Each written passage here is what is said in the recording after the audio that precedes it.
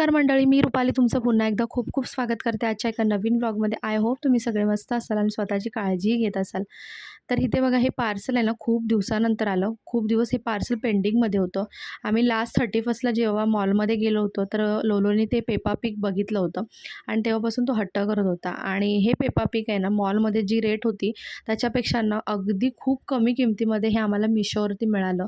आणि हे ऑर्डर करून बरेच दिवस झाले होते, पण पेंडिंगमध्ये दाखवत होतं. आणि फायनली ते आज संध्याकाळी आलं होतं. त्याच्यामुळे ना लोलोची एक्साइटमेंट लेवल खूप वेगळीच होती. आणि आज हे लवकर आले होते, त्यामुळे येताना त्याने आम्हाला पिकअप केलं होतं. मी क्लासेसला गेली होती दुपारी. सो येता-येता त्याने पिकअप केलं आणि ही साडी जी आहे ना, मी सकाळी वॉश करून ठेवली होती. तर जेव्हासुद्धा तुम्ही नवीन साड्या वगैरे घरी वॉश करायच्या असतील तुम्हाला, तर एक सिंपल ट्रिक सांगते तुम्हाला, की कोणताही बेबी शॅम्पू असू दे, कोणताही नॉर्मल शॅम्पू असेल, तो घ्यायचा, पाण्यामध्ये मिक्स करायचा छान असा हाताने आणि त्यामध्ये ही साडी 2-3 तास सोक करून ठेवायची. जेणेकरून ना, जी काही डर्ट वगैरे असते ना, तर ती निघून जाते. ब्रश लावण्याची सुद्धा गरज लागत नाही. आणि असं तुम्हाला वाटलं ना, साडीच्या फॉलच्या साईडला थोडंसं मळ वगैरे आहे किंवा डर्ट आहे, तर ते तुम्ही हाताने असं चोळून थोडंसं वॉश करू शकता. ब्रश लावायचा नाही साडीला. आणि साडी कधीही खराब होणार नाही, रंग फिकट पडणार नाही. अशा प्रकारे तुमचा नवीन ड्रेस असू दे, साडी काहीही असू दे, कुर्ता वगैरे तुम्ही अशा प्रकारे वॉश करू शकता. बऱ्याचदा काय होतं, हार्ड डिटर्जंट वापरल्याने ना साडीचा कलर फिका पडतो आणि हळूहळू साडीचे धागे जे आहेत ते सुद्धा लूज पडून तुटायला लागतात. कोणत्याही कपड्याचे, म्हणजे नवीन कपडे असतील तर. तर मी अशा प्रकारेच वॉश करते आणि साडी फॉलच्या साईडला खूप जास्त मळली होती.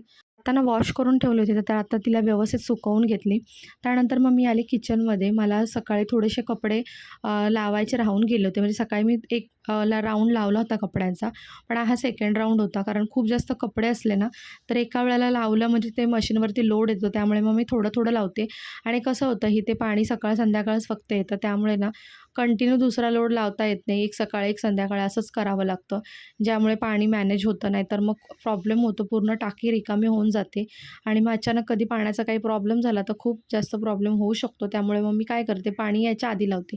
म्हणजे मॉर्निंगला एकदा लोड लावते आणि संध्याकाळी पाणी यायच्या आधी एकदा लोड लावते. तर ते चहा वगैरे ठेवला मी, कारण डोकं प्रचंड दुखत होतं. प्रज्ञेला स्कूलला सोडून, लोलोला स्कूलला सोडून, परत घरी येऊन सगळं आवरून, परत मग लोलोला आणायला गेली. त्याच्यानंतर मग माझे क्लासेस अटेंड केले 2-3 तास. त्यानंतर मग आता घरी आली आणि म्हणजे प्रचंड वेळ जो आहे माझा बाहेरच होता. बराचसा वेळ बाहेरच होता आणि प्रचंड डोकं माझं त्यामुळे ना दुखत होतं थोडंसं. त्यामुळे म्हटलं चला चहा घेऊया. आणि ही माझी जागा आहे ना, माझी फेवरेट जागा आहे ह्या घरातली. जेव्हासुद्धा मला असं स्ट्रेस येतो म्हणजे असं वाटतं स्ट्रेस खूप आहे किंवा थकल्यासारखं झालं आहे, डोकं दुखतं, तर मी असं मस्त असं ना विंडोमध्ये इथे बसते चेअरवरती आणि चहा पाणी वगैरे घेऊन बसते आणि मस्त असं ना इकडे तिकडे बघत एन्जॉय करत पीत असते. आणि मला खूप छान वाटतं, कारण इथे समोर ग्रीनरी दिसते डोळ्यांना. म्हणजे झाडं वगैरे मी इथे गॅलरीत खूप लावलेली आहे. दोन्ही गॅलरीत तशी झाडं आहेत, पण इथे जास्त आहेत, त्यामुळे इथे मला खूप जास्त छान वाटतं. त्यानंतर स्वयंपाकाचं थोडंसं माझं सकाळचं होतं आणि आता इतका काही स्वयंपाक करायचा नव्हता.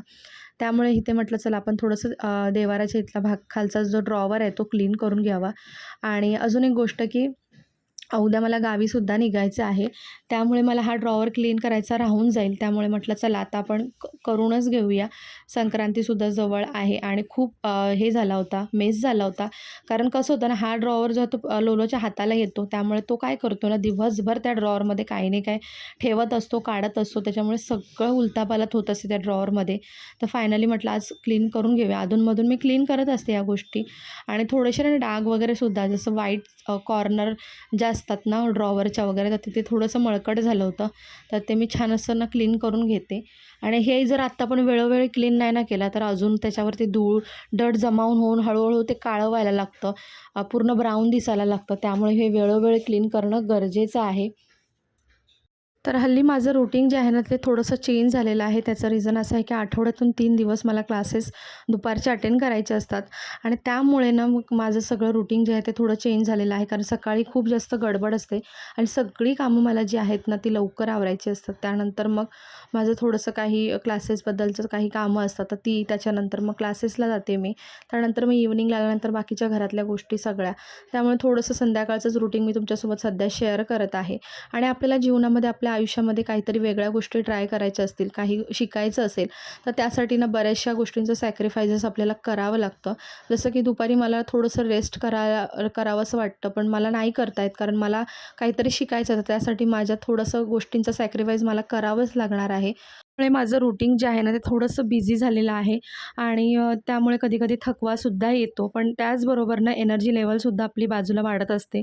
कारण आपण काहीतरी नवीन शिकण्याचा आपल्याला आनंद जो मिळत असतो ना, सॅटिस्फॅक्शन जे मिळत असतं, त्याच्याने आपल्याला खूप छान वाटत असतं. एनर्जी आपली वाढत असते आणि असं आपल्या डोक्यात विचारही येत असतात, की आपण अजून काय-काय नवीन गोष्टी शिकाव्या.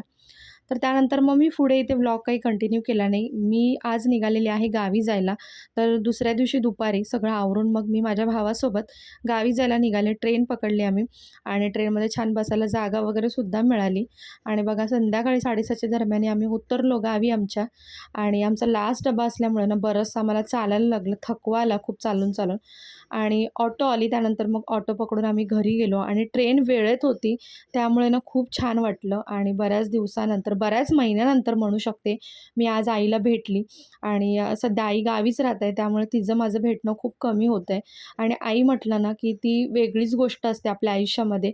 वेगळंच तिचं स्थान असतं. ते स्थान आपण कधीच कोणीच घेऊ शकत नाही.